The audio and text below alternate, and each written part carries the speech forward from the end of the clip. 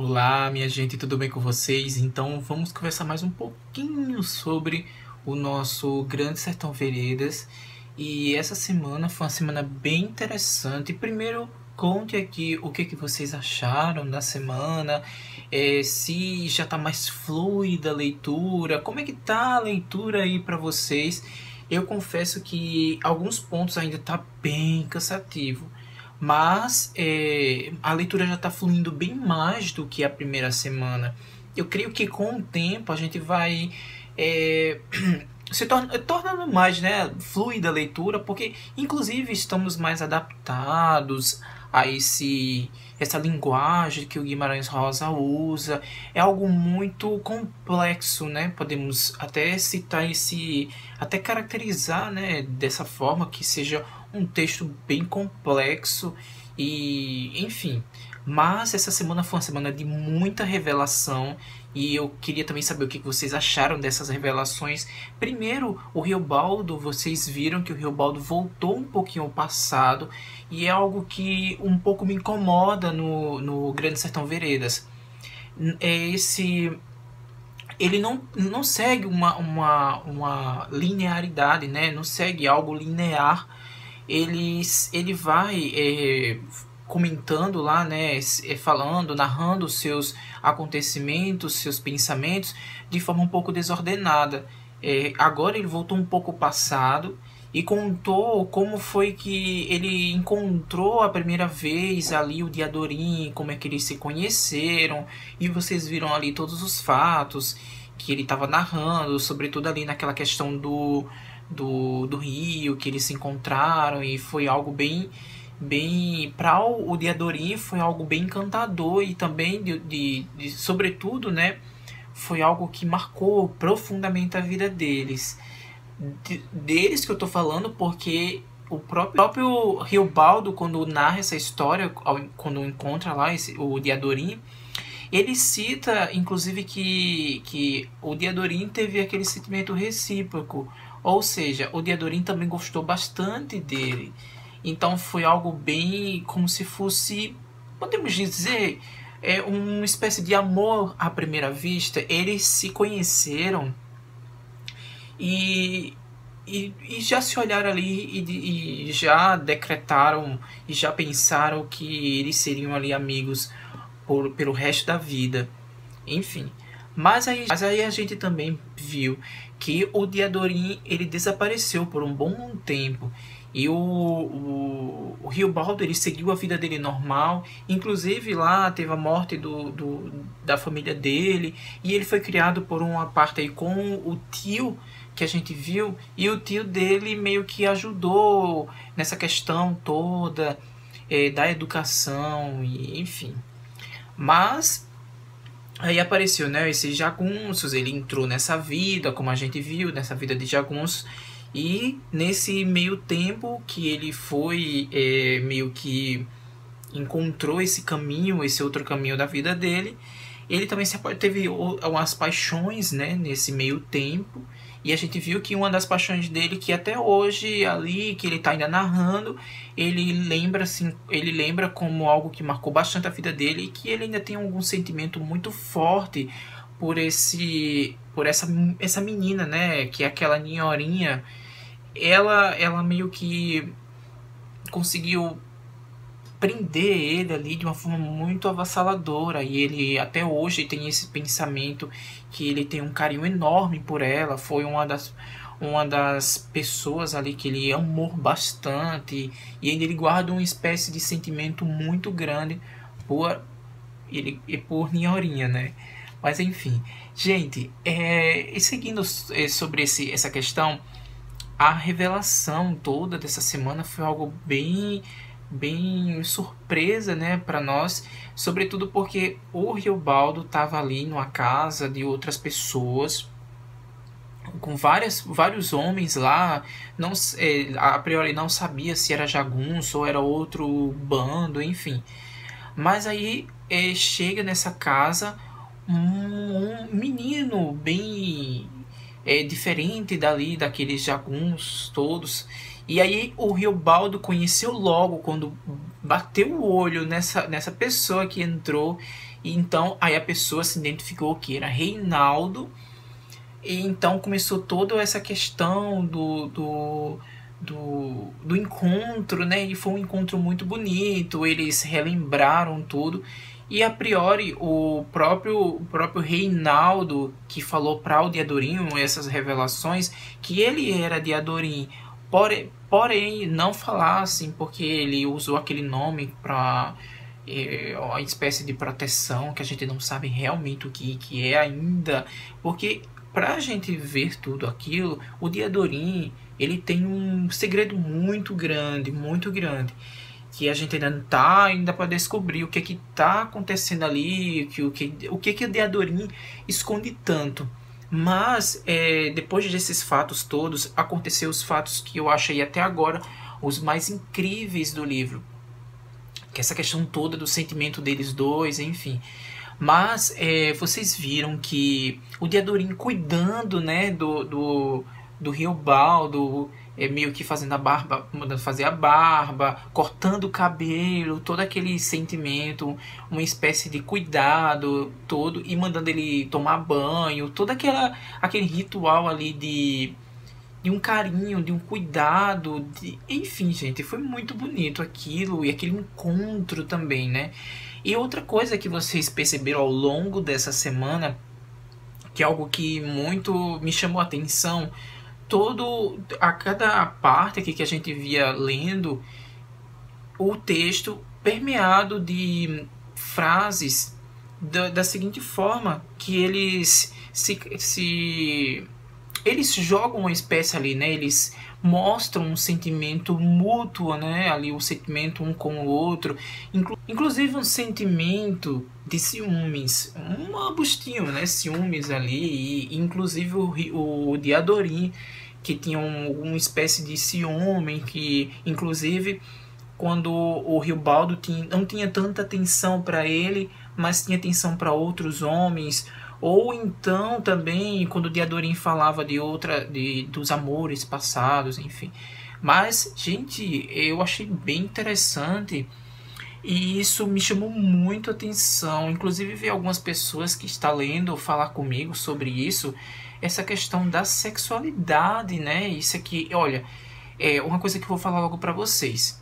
Eu já sabia algumas coisas sobre o livro, claro que eu não sei muita coisa, antes mesmo de eu começar a ler desse projeto, mas uma coisa que nunca eu soube é essa questão da sexualidade, porque tem o Diadorim, tem o Riobaldo, e ali eles tinham um sentimento muito diferente de todos ali, podemos dizer até um sentimento relacionado à homossexualidade. Contem aqui se eu estou errado, porque é isso que eu estou vendo. Então, eles mesmos se cuidavam a respeito disso. Até tem alguns pontos aqui, eu não sei se vocês lembram, mas tem alguns pontos aqui nessa semana que a gente viu que eu achei bem interessante.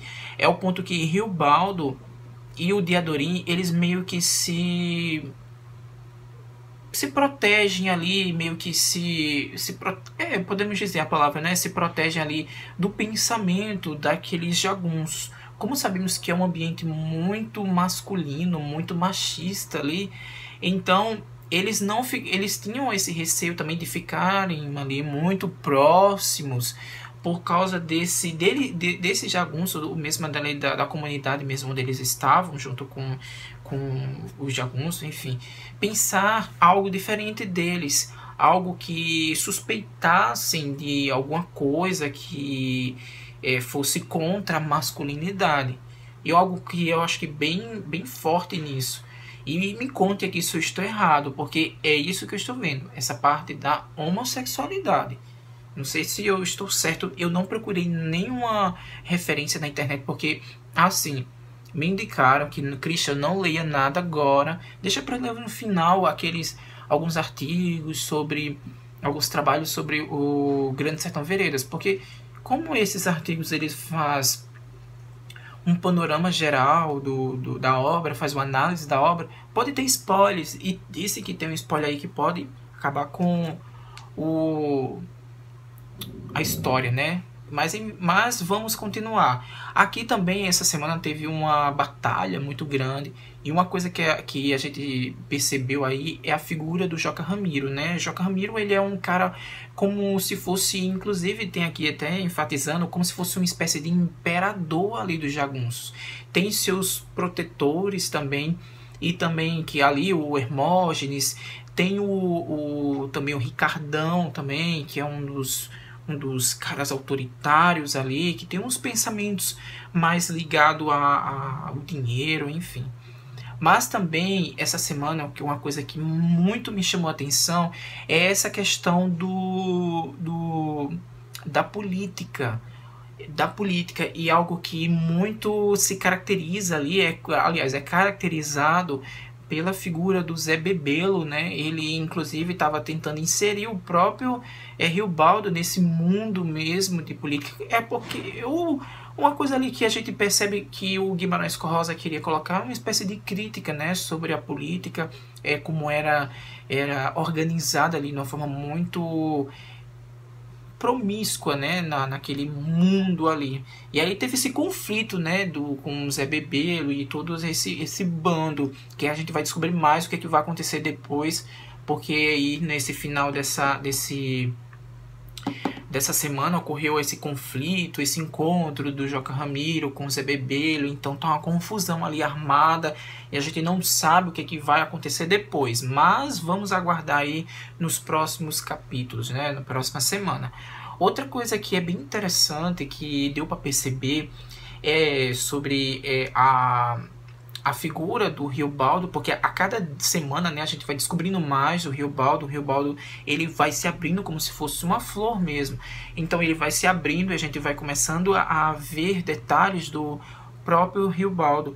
E uma coisa que caracterizou muito essa semana é o Riobaldo. Ele é um pouco contra, aliás, não é um pouco, ele é contra a violência. Ali a gente vê vários discursos dele contra a violência, o medo de matar alguém, de enfrentar alguém, enfim, tudo isso. A gente até pode perceber essa questão de contra a violência lá na primeira semana, em que ele falava a respeito do queria ficar com o posto, né, de Medeiro Vaz lá, mas ele não queria, porque, para vocês verem, né, quando você tá ali no posto, comandando todos os jagunços, é algo muito autoritário e você tem que dar ordem, às vezes, que seria contra os direitos, né, os direitos humanos ali, os direitos que ele prega, que ele tem aquele pensamento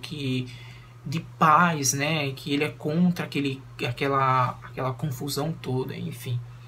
Mas com a medida do tempo que a gente vai descobrindo mais do Riobaldo, ele vai se tornando um personagem muito mais complexo do que eu pensava. Como eu tinha dito lá no primeiro vídeo, apesar dele ter essa linguagem, esse vocabulário simples de um homem ali do sertão, mas ele é um personagem extremamente complexo, muito complexo, e tem uns pensamentos muito, podemos dizer, ligados ao afeto, ao cuidado, à preocupação ali de quem vai ficar ferido, de quem vai se prejudicar, e tem toda essa questão. O Riobaldo, para mim, até agora, é o personagem que eu mais gostei ali de todos. Até mais do que Diadorim. Tem muita gente que ama o Diadorim. Eu não descobri ainda muito sobre o Diadorim, porque o Diadorim ainda não se abriu tanto quanto o Riobaldo, né? Porque inclusive essa história está sendo narrada pelo Riobaldo. Então é mais do que óbvio que o Riobaldo seria um pouco mais aberto ali os seus sentimentos. Mas a gente vai descobrir o segredo do Diadorim, que eu estou assim, bem ansioso para saber o que vai acontecer com os dois. E isso aí, porque eu tô achando muito esquisito, gente, essa relação deles dois. É algo mais do que amizade. Vocês percebem isso, vocês percebem. Não tem condições disso ser só amizade, tem algo mais aqui. E tem um segredo enorme, sobretudo, que é com o Diadorim. Não sabemos aí, mas vamos descobrir nas próximas semanas. E é isso, gente. Eu espero que vocês tenham gostado.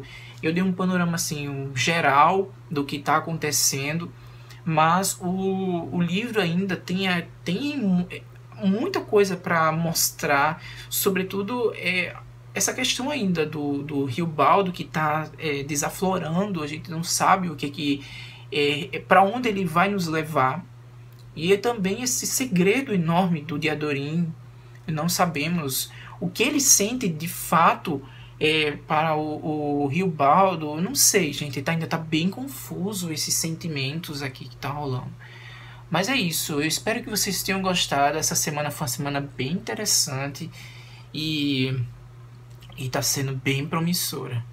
E é isso, eu espero que vocês tenham gostado. Se gostou, dá aquele like. Se não tá inscrito no canal, se inscreve e até uma próxima. Sim, outra coisa, deixa eu contar uma coisinha a vocês. A musicalidade, né? Eu esqueci de falar isso no primeiro vídeo.